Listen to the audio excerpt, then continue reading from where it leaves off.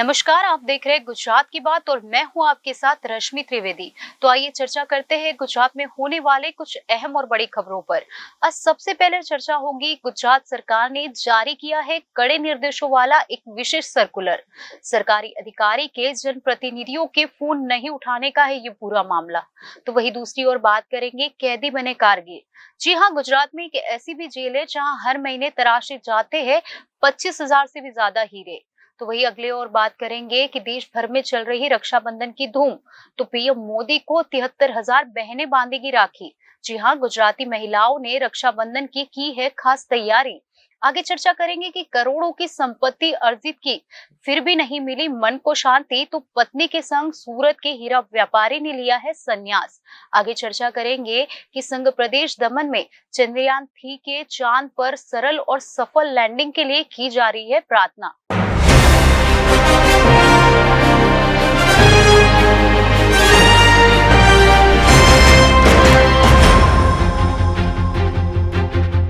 तो आइए शुरू करते हैं गुजरात की बात का सफर।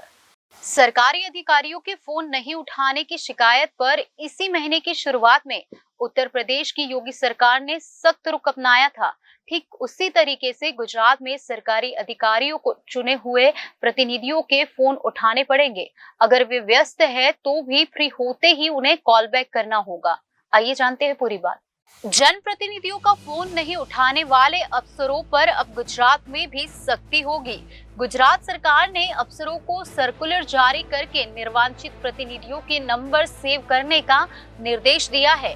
अगर किसी स्थिति में अधिकारी फोन नहीं उठा पाते हैं तो वे फिर चुने हुए प्रतिनिधि को कॉल बैक करेंगे। उत्तर प्रदेश में मुख्यमंत्री योगी आदित्यनाथ ने अधिकारियों के फोन नहीं उठाने की शिकायत पर कड़ा संज्ञान लिया था और इसके बाद सरकार ने सर्कुलर जारी किया था। उत्तर प्रदेश के बाद गुजरात सरकार भी अफसरों पर सख्त हो गई है। गुजरात के राज्यपाल के आदेश से जारी सर्कुलर में कहा गया है कि सरकारी अधिकारियों के लिए निर्वांचित प्रतिनिधियों को फोन उठाना अनिवार्य है। उत्तर प्रदेश की तरह गुजरात सरकार ने यह सर्कुलर एक विधायक से शिकायत मिलने के बाद जारी किया है। कुछ दिन पहले महुआ से बीजेपी के विधायक मोहन धोड़िया ने कहा था कि सामान्य प्रशासन विभाग की बैठक में यह मुद्दा उन्होंने उठाया था। इसमें उन्होंने कहा था कि अधिकारी फोन ही नहीं उठाते हैं।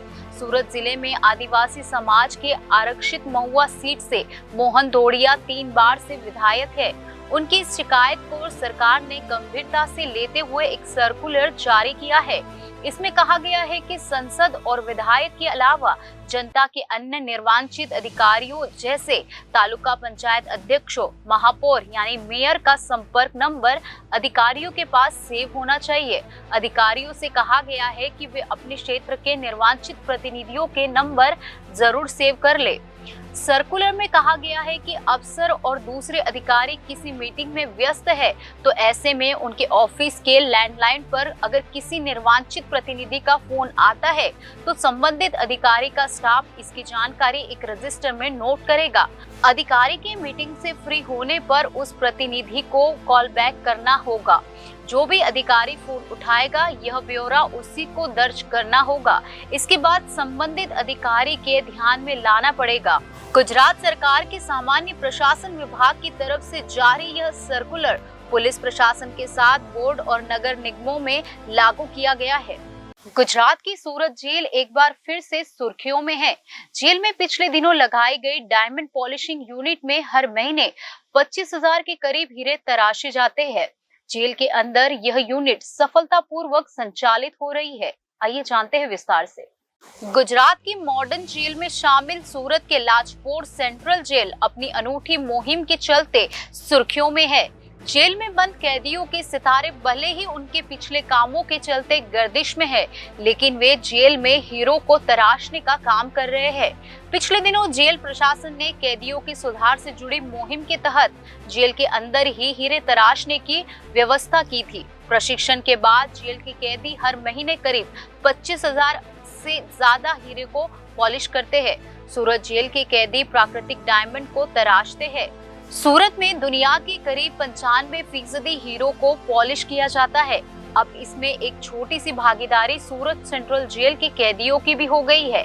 जेल में लगाई गई डायमंड पॉलिशिंग यूनिट में 107 कैदी हीरे तराशने का काम करते हैं।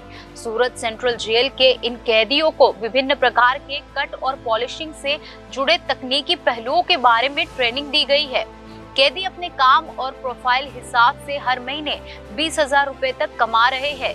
सूरत सेंट्रल जेल अधीक्षक JN देसाई के अनुसार संभवतः यह जेल दुनिया में एकमात्र जेल है जहां प्राकृतिक हीरे की कटाई और पॉलिशिंग जेल के अंदर होती है। पॉलिशिंग यूनिट बिन किसी शिकायत के सुचारू रूप से काम कर रही है। सूरत सेंट्रल जेल में लगभग 3,000 कैदी बंद है। इनमें ज्यादातर कैदी फर्नीचर बनाने, स्नैक्स बनाने, पेंटिंग, मूर्तिकला और फोटोकॉपी सहित विभिन्न व्यापारिक गतिविधियों पर काम करते हैं। अब इस सूची में डायमंड पॉलिशिंग का काम भी जुड़ गया है। सूरत सेंट्रल जेल में उम्र कैद की सजा काट रहे विपुल मेर, जिनकी आयु है 33 वर्ष, उन्होंने कहा कि 10 साल से वे यहाँ बंद है, लेकिन पॉलिशिंग के काम ने उन्हें कमाई का मौका दिया है। मेर ने कहा कि इस काम के चलते वे जेल में रहने के बावजूद भी अपनी परिजनों की मदद कर सकते हैं। मेर ने बताया कि उन्हें यूनिट में मैनेजर का दायित्व दिया गया है। काम के हिसाब से मेर को हर महीने 20,000 रुपए तक मिलते हैं। मेर का कहना है कि सजा होने से पहले तक वह हीरा कारगिर थे। जब यूनिट शुरू हुई तो उन्होंने यहाँ काम करना शुरू कर दिया। पॉलिशिंग यूनिट में काम कर रहे कैदियों को कुल कमाई में से एक कैदी को जेल में अपने निजी खर्चों के लिए प्रति माह केवल 2100 रुपए रखने होते हैं। बाकी रकम उनके परिवार वालों को भेज दी जाती है। जेल में बंद एक अन्य कैदी सत्यमपाल, जिनकी उम्र 23 वर्ष है, उन्होंने कहा वो 11 महीने से जेल में बंद है और अब वो हीरे की पॉलिश करना सीख रहे हैं। उन्होंने कहा कि अब वह प्रति माह लगभग 8,000 रुपए पाते हैं। पाल ने कहा कि उन्हें उम्मीद है कि जब वो जेल से बाहर आएंगे तब वह हीरा पॉलिश करने वाले कारगिर के तौर पर काम कर पाएंगे। पूरे देश में सभी जगहों पर रक्षाबंधन की जोरदार तैयारियां चल रही है। ऐसे में गुजरात में बीजेपी की महिला मोर्चा विंग ने भी जबरदस्त तैयारियां की है। उन्होंने प्रधानमंत्री नरेंद्र मोदी को बांधने के लिए 73,000 रक्षा सूत्र तैयार किए हैं, जो कि रक्षाबंधन पर उन्हें भेजे जाएंगे। बहनों ने पीएम मोदी को राखी भेजकर देश के विकास और हितों के लिए काम करते रहने की कामना की है। तैयार की गई राखियां फिलहाल गुजरात की गांधीनगर भेजी गई है। जानकारी के मुताबिक गुजरात में बीजेपी की महिला मोर्चा विंग की नेताओं और कार्यकर्ताओं ने विशेष रूप से प्रधानमंत्री के लिए रक्षाबंधन को खास बनाने के लिए जोरदार तैयारी की है। महिला कार्यकर्ताओं ने विशेष तौर पर सभी मंडल और जिलों से यह राखियां तैयार की है। राखियों के साथ बीजेपी महिला मोर्चा ने रक्षा सप्ताह की शुरुआत भी की है। वहीं इन 73,000 राखियों को जल्द ही दिल्ली भेजा जाएगा। महिला मोर्चा का कहना है कि उन्होंने प्रधानमंत्री के जन्मदिन के लिए खास तौर पर तोहफे के रूप में यह राखियां तैयार की है। पीएम मोदी का अगले महीने 72वां जन्मदिन आ रहा है, जिसके चलते यह 73,000 रक्षा सूत्र तैयार किए गए हैं। बीजेपी महिला मोर्चा की अध्यक्ष दीपिका ने बताया कि उन्होंने रक्षा सप्ताह की शुरुआत प्रदेश बीजेपी अध्यक्ष CR पाटिल को राखी बांधकर की थी। बता दें कि अगले हफ्ते 30 अगस्त को पूरे देश में रक्षाबंधन मनाया जाएगा। रक्षाबंधन के लिए न केवल देश के बल्कि विदेशों में भी जोरदार तैयारियां चल रही है। सभी बाजार सज गए हैं और बहनें अपने भाइयों की लंबी उम्र की कामना के साथ बाजार में राखियां भी खरीद रही है। वहीं भाई भी अपनी बहनों के लिए कुछ खास तोहफे मार्केट से खरीद रहे हैं। सूरत के मशहूर हीरा व्यापारी, जिनका सालाना टर्नओवर 15 करोड़ रुपए से ज्यादा है, उन्होंने लग्जरी लाइफ को त्याग कर भिक्षु जीवन जीने का फैसला किया है।